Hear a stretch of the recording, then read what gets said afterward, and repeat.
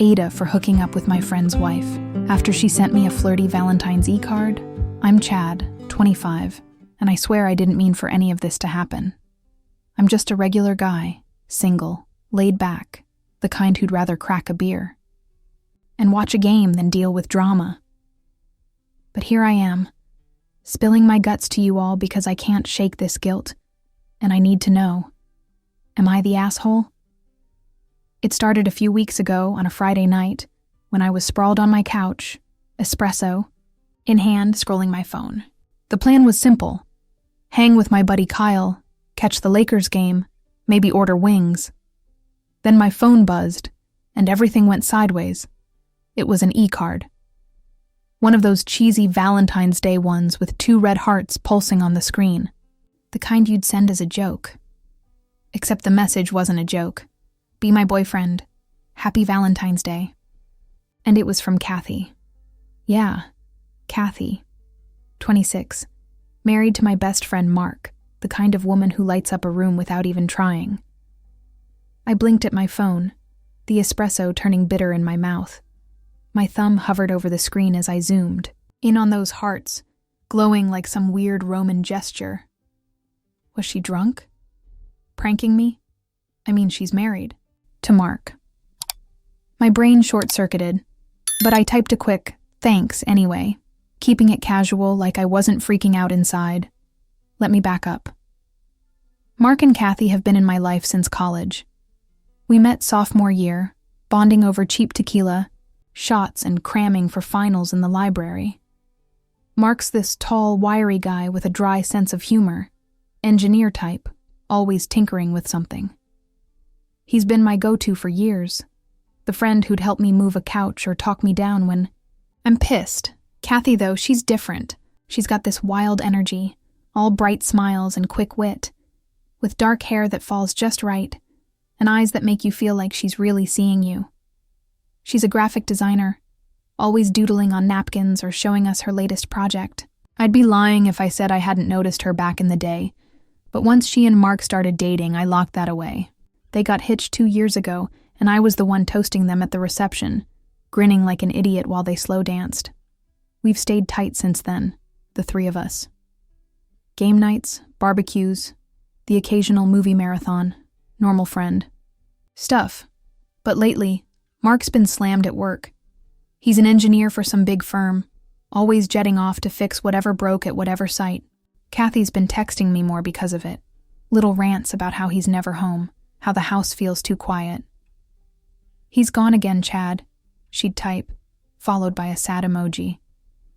I'd reply with something dumb like, tell him to quit and become a beach bum, just to make her laugh. It felt harmless, you know? She's my friend. I didn't think it meant anything, until that e-card. I stared at it, the glow of my phone lighting up my dim living room. The game was still hours away, but my mind was racing. Kathy's gorgeous. Always. Has been. But she's Mark's wife.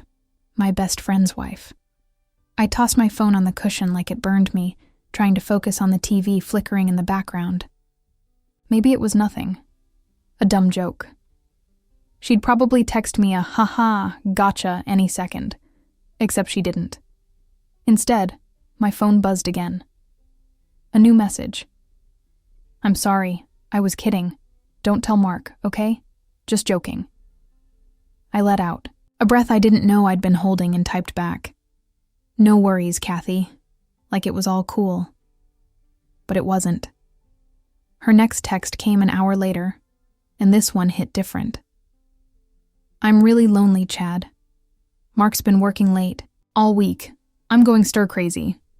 Then before I could respond, a photo popped up. Kathy in this lacy black top, leaning into the camera, her lips parted just enough to make my face heat up. She looked stunning. I covered my mouth, staring at the screen, my heart thudding against my ribs. Wow, I muttered to myself, half laughing, half panicking. She's married, to Mark, my friend. But damn, she was beautiful, and she'd sent this to me. What the hell was I supposed to do with that? I sat there, phone in hand, Kathy's photo burning a hole through the screen. My living room felt too small all of a sudden, the hum of the fridge too loud. I should have shut it down right then. Told her it wasn't cool, reminded her about Mark. But I didn't. Instead, I typed, "You look great," and hit send before my brain caught up. Her reply was instant. "Thanks, Chad. You're sweet." Sweet. That word stuck in my throat like a lump of guilt, but it didn't stop the rush in my chest. I tossed my phone aside again, trying to shake it off. Kyle would be over soon. The game was on. I'd forget this ever happened, except Kathy didn't let it drop. Another text. "Mark's out of town tonight. I'm just sitting here with a beer, feeling pathetic." I could picture her, curled up on their couch, that lacy top clinging to her, the house dark except for the TV's glow. My fingers hovered over the keys. "That sucks," I wrote. "Want company?" The second I sent it, I regretted it. What was I doing? She was my friend's wife. But then she replied, "Yes, please. Just a beer, like old times." And I was already grabbing my keys. I told myself it was innocent. 2 buddies hanging out, nothing weird. I'd keep it chill. Her place was a 15-minute drive, and the whole way I blasted music to drown out the voice in my head screaming, "Turn around, idiot."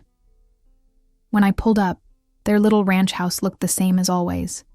String lights on the porch, Mark's truck gone from the driveway. Kathy opened the door before I could knock, and my breath caught. She was in this short summer dress, pale blue and practically see-through, her hair loose around her shoulders. "Hey, you," she said, smiling like it was no big deal. She handed me a cold beer, her fingers brushing mine, and I mumbled a "thanks" while my face burned. We settled on the couch, the same one I'd crashed on a dozen times after game nights. The TV flickered with some random sitcom, but neither of us watched it. She started talking about Mark's latest trip, how he barely called, how she felt like a ghost in her own house. Her voice was soft, cracked at the edges, and I nodded along, sipping my beer to keep my hands busy. "I don't even know why I sent that card," she said, laughing nervously. "I guess I just wanted someone to notice me." I swallowed hard. "I noticed," I said, and her eyes locked on mine, deep, searching, like she was daring me to say more. The air shifted then, thick and heavy. She scooted closer, her knee brushing mine, and I could smell her perfume, something floral and warm. "You're always so easy to talk to, Chad," she said, her hand resting on my arm. My pulse hammered. I should have pulled away, made an excuse, left. But I didn't. I looked at her, really looked, and saw something new in her face. Not just the Kathy I'd known for years, but a woman who was lonely, needy, beautiful. She leaned in, her breath warm against my cheek, and whispered, "Thanks for coming over." My beer was half empty, forgotten on the coffee table, and my brain was a mess of static. Then it happened. I don't know who moved first, maybe me, maybe her. But suddenly our lips crashed together, desperate and messy. Her hands were in my hair, mine on her waist, pulling her closer. What happened afterward was intense, and I can't even describe the details. We connected in a way I hadn't experienced in a long time. When it was over, we collapsed together, breathless, her head resting on my chest. The room spun, and reality came crashing back. She sat up, smoothing her dress, her cheeks flushed. Wow, she breathed, then bit her lip. "Chad, we can't tell Mark. Ever." I nodded, still dazed, my heart sinking. "Yeah, never." But as I grabbed my keys to leave, her parting words echoed, "Thank you for Valentine's Day." And I knew I was screwed. The drive home from Kathy's was a blur, streetlights streaking past like judgment. My hands gripped the wheel, knuckles white, while my mind replayed every second on that couch. Her breathy moans, the way her fingers dug into my shoulders, the guilt that hit like a freight train the moment it was over. I kept telling myself it was a one-time thing, a mistake we'd bury. Kathy had said it herself. We can't tell Mark, ever. But as I stumbled into my apartment, the silence felt accusing. My phone sat heavy in my pocket, like it might buzz with her name again. It didn't. Instead, I saw a missed text from Kyle. Yo, where'd you go? Game's on! I ditched my best friend for this. The next morning, Kathy texted me. Hey, you okay? Last night was intense, but it's done, right? We're good? Her words were light, but they cut deep. I stared at the screen, my coffee cold on the counter. Yeah, we're good, I typed back, but my stomach churned. Done? Sure. Except I could still smell her perfume on my shirt, still feel the ghost of her lips. I avoided mirrors all day.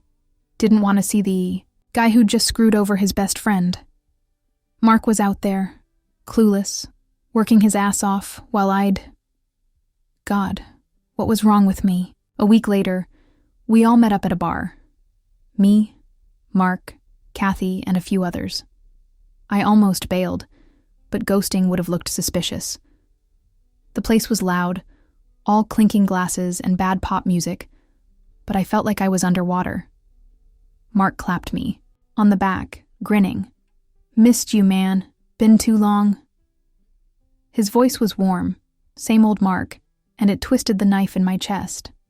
Kathy was there too, laughing at Sarah's jokes, her hair tucked behind one ear like nothing had changed.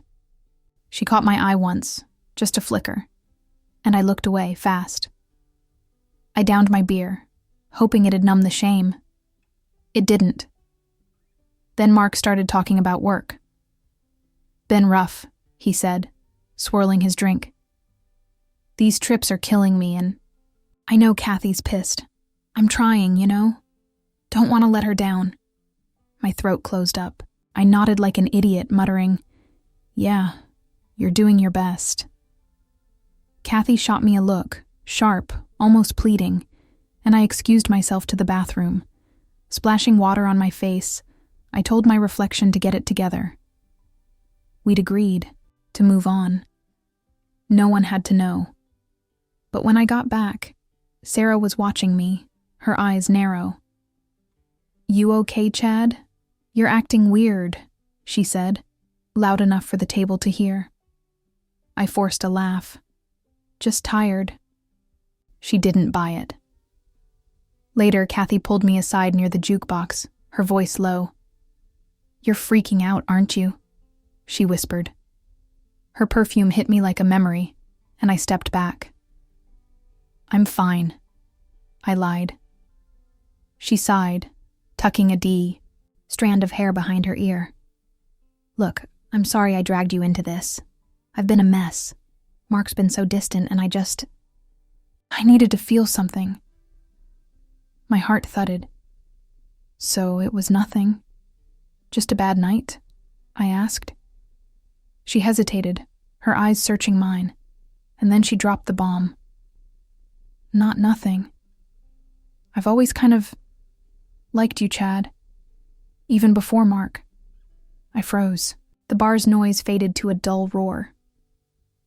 What? I croaked. She bit her lip, looking away. I shouldn't have said that. Forget it. I love Mark, okay? I'm trying to fix things. Just don't hate me. She touched my arm, then walked back to the table, leaving me standing there, head spinning. Liked me? Before Mark? My crush on her back in college had been a dumb fantasy, locked away the second they got serious. Now she was saying she'd felt it too? I wanted to be mad, to tell her she'd ruined everything. But part of me, some stupid, selfish part, was flattered. And that made me feel worse. I grabbed another beer, my hands shaking. Sarah was still watching me, her frown deeper now. Mark was laughing with Kathy, oblivious, and I was stuck in the middle, drowning in a secret that wasn't just about one night anymore. How the hell was I supposed to keep this quiet now? Kathy's confession hung over me like a storm cloud I couldn't outrun. She'd liked me before Mark. It turned that night on her couch into something bigger, messier, and I didn't know what to do with it. For days, I dodged her texts, short, friendly ones like, "Hey, you coming to trivia night?" Because every word felt like a trap. Wanted to confront her, demand answers. But what would that fix? She'd said she loved Mark, that she was trying to save her marriage. So why tell me at all? I paced my apartment, the carpet wearing thin under my steps, replaying her words until my head hurt. I couldn't avoid her forever, though. A month later, I caved and met her for coffee. Just coffee, I swore to myself. She looked tired, her usual spark dimmed, sipping her latte in this quiet little shop with mismatched chairs. "I owe you an explanation," she said, staring at the table. "I've been unhappy with Mark for over a year. He's gone all the time, emotionally too, and I got lost. That night with you, it wasn't just a fling. I've always wondered about us." My chest tightened. "Kathy, you can't say that," I snapped, louder than I meant. Heads turned. She flinched but kept going. "I know, I'm sorry. I'm in therapy now, trying to figure this out. But I need you to promise me something. Don't tell Mark. Not yet." I wanted to scream. "Promise?" After she'd flipped my world upside down, but her eyes were wet, desperate, and I mumbled, "Fine. For now." Driving home, I gripped the wheel so hard my hands ached. She'd dragged me into her mess and I'd let her. I cared about her. Too much, maybe. But I didn't want her marriage to crash because of me. Mark was my friend. My best friend. I decided then, no more contact. I'd ghost her until this faded, until I could look Mark in the eye without choking on guilt. It worked for a while. Months passed, and I kept my distance. Mark started showing up more. Game nights, beers at my place, and he seemed happier. "Things are better with Kathy," he told me one night, tossing a bottle cap into the trash. "She's been talking to someone, and I'm cutting back on trips. Gotta step up, you know?" I nodded, forcing a smile, but my stomach twisted. Better? Good for them. Bad for me, because the secret was still there, festering. Then Sarah ruined everything. She cornered me at a barbecue, the smell of grilled burgers thick in the air. "Chad, what's going on with you and Kathy?" She hissed, her arms crossed. I froze, burger halfway to my mouth. "What are you talking about?" I said, but my voice cracked. She smirked, cold. "I'm not stupid. You two have been weird since that bar night. I saw her pull you aside. If you don't tell Mark, I will." My heart stopped. She'd sniffed it out. Maybe not the whole truth, but enough. I stammered, "It's nothing, Sarah, drop it." She didn't. "You've got a week," she said, walking off. I panicked. That night, I met Mark at a dive bar, neon buzzing overhead. He was in a good mood, rambling about a camping trip he wanted us all to take. I nursed my beer, rehearsing a confession in my head. "Mark, I screwed up. I'm sorry." But every time I opened my mouth, I saw his grin and choked. He didn't deserve this. Neither did Kathy. Not if they were fixing things. So I didn't say it. I clapped him on the shoulder, laughed at his jokes, and buried the truth deeper. Sarah's deadline came and went. She hasn't said anything, yet. So here I am, spilling this to you all. I don't regret that night with Kathy. It was raw, real, and part of me still feels it. But I hate myself for betraying Mark, for keeping this secret while he trusts me? Am I the asshole for hooking up with her and staying silent? Or was it just a moment we both needed, something we've left behind? I don't know anymore. Sarah's still out there, a ticking bomb, and I'm terrified. It'll blow up anyway. Tell me what you think. I can take it. If you enjoyed the story, don't forget to hit that like button and subscribe for more real-life drama straight from Reddit. Got a take on the situation? Drop your thoughts in the comments. We love hearing from you.